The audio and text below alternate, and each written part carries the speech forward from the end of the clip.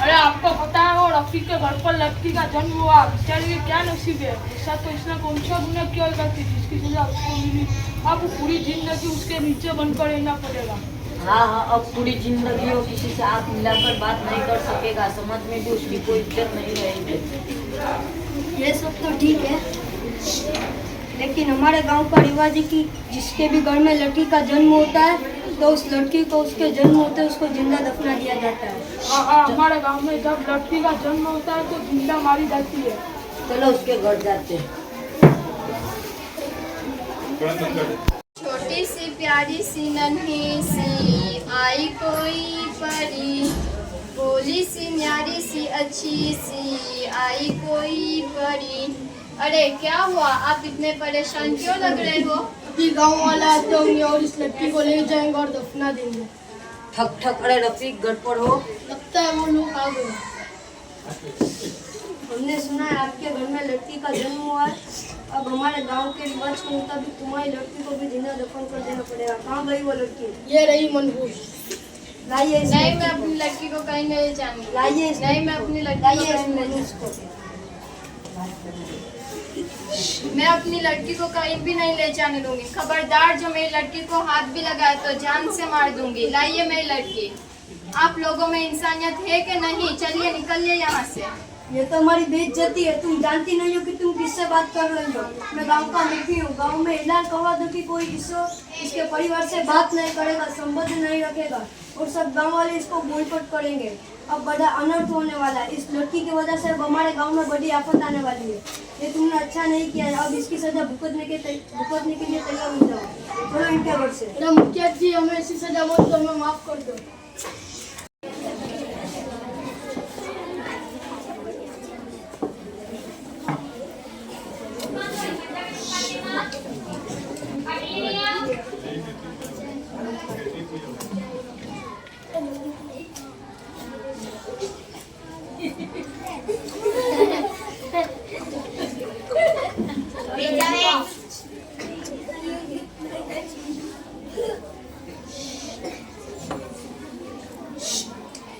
अरे मुखिया जी, आपको पता है वो जो रफीक था वो हमारे गांव के नियमों के खिलाफ काम कर रहा है।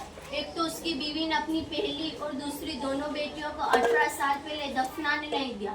तब से हमारे गांव में कोई ना कोई आपत्ति आती ही रहती है। अब तो वो उससे भी बड़ा अनर्थ करने जा रहा है। उसकी दोनों बेटियां 15 साल से बड़ी हो गई है। अब तक उनकी शादी नहीं करवाई गई। लड़कियां तो पराया धन होती है, उनको जल्दी अपने ससुराल भेज दिया जाना चाहिए। क्या ये रफीक अपनी हद पर कर रहा है? क्या ये बहुत बड़ा अनर्थ करने जा रहा है? उसकी एक गलती की वजह से आज हमारे पूरे गांव का नाम खराब हो रहा है। हाँ, उसने हमारे गांव वालों को किसी से नजर मिलाने तक का नहीं छोड़ा। उसकी वजह से हमें अपमान सहन करना पड़ता है। हाँ, अब बस हो गया इस रफीक का। अब हम इससे कोई भी काम नहीं करने देंगे जिससे कोई अनर्थ हो और हमें बेइज्जती सहन करनी पड़े। चलो इसको हमारे गाँव में से निकाली दो। इसको और इसके परिवार को इस गाँव में रहने की कोई जरूरत नहीं है। चलो इसके घर तोड़ते हैं, उसको गांव से बेदखल कर दें।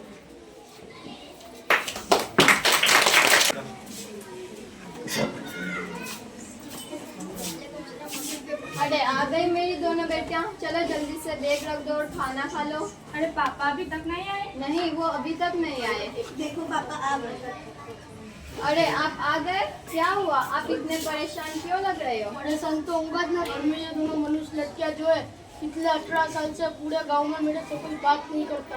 उन लोगों के सामने मुझे नीचा बनकर रहना पड़ता है। ऊपर से इन दोनों को पढ़ना है। पता नहीं पढ़कर क्या करेगी। जैसे भी लड़कियां पढ़ाया धन होती है, उनको जितना जल्दी उनके ससुराल भेजो उतना ही अच्छा है। ये दोनों लड़कियां नहीं, मेरे सर का बोझ है। मन खुश कहीं किया। ठक ठक, अरे रफीक घर पर हो? कौन है? अरे आप सब लोग यहाँ पर। अब तुमने सारी हदें पार कर दी है। अब तुम इस गांव में रहने के लायक नहीं हो। अब तुम्हें गांव छोड़कर जाना होगा। निकालो इन लोगों को। नहीं, निकल क्या हुआ पापा? छोड़ो। क्या हुआ आपको?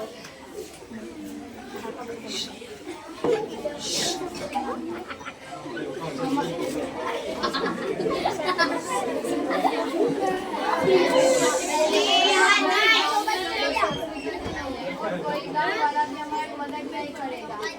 अरे मुखिया जी, आप भी कुछ मदद कर दीजिए, इनको हॉस्पिटल तक पहुंचा दीजिए। ये तुम्हारे पापों की सजा है। अगर तुमने दोनों लड़की हमें सौंप दी होती तो आज ये दिन नहीं देखना पड़ता। आप क्या तो जल्दी से जाओ।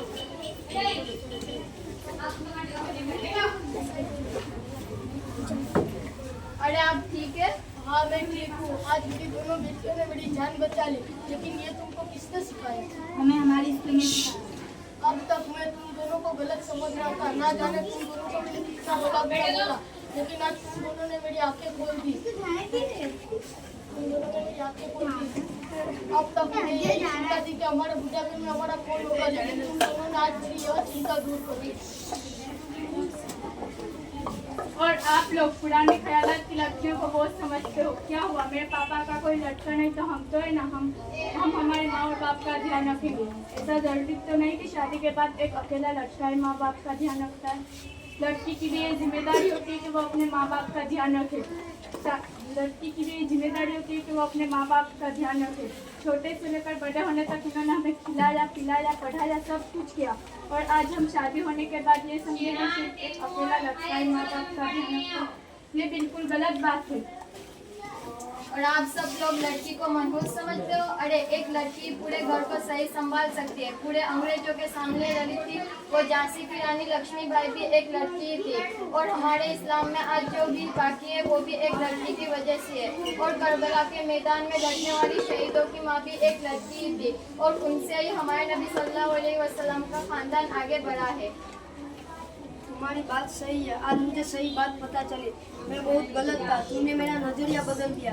बेटियां तो बढ़ती रौनक होती और माँ बाप की आंखों की ठंडक, माँ बाप की आंखों की ठंडक। तुम्हारा शुक्रिया कि तुमने मुझे ये चीज़ सिखा दी।